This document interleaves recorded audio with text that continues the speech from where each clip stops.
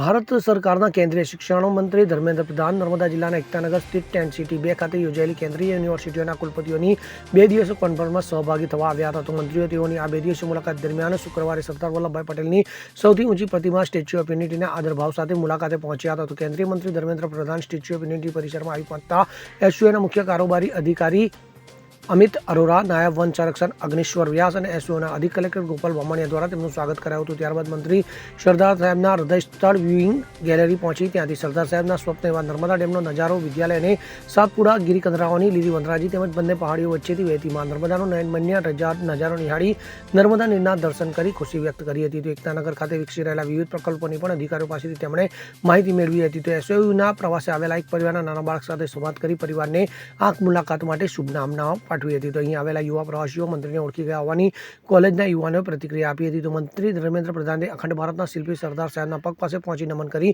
ધન્યતા અનુભવી હતી. જે બાદમાં મંત્રીએ મુલાકાત પોથીમાં એસઓયુ વિશે પોતાનો અભિપ્રાય નોંધ્યો હતો. આ અવસરે એસઓયુના મુખ્ય કારોબારી અધિકારી અમિત અરોરાએ મંત્રીને સરદાર સાહેબની પ્રતિકૃતિ ભેટ કરી હતી.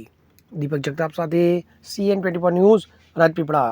હવે જુઓ દેશ દુનિયાની તમામ ખબરો તમારી આંગળીના ટેરવે. ઉઠાવો મોબાઈલ અને ગૂગલ પ્લે સ્ટોર પરથી ડાઉનલોડ કરો અમારી CN24 ન્યૂઝ મોબાઈલ એપ.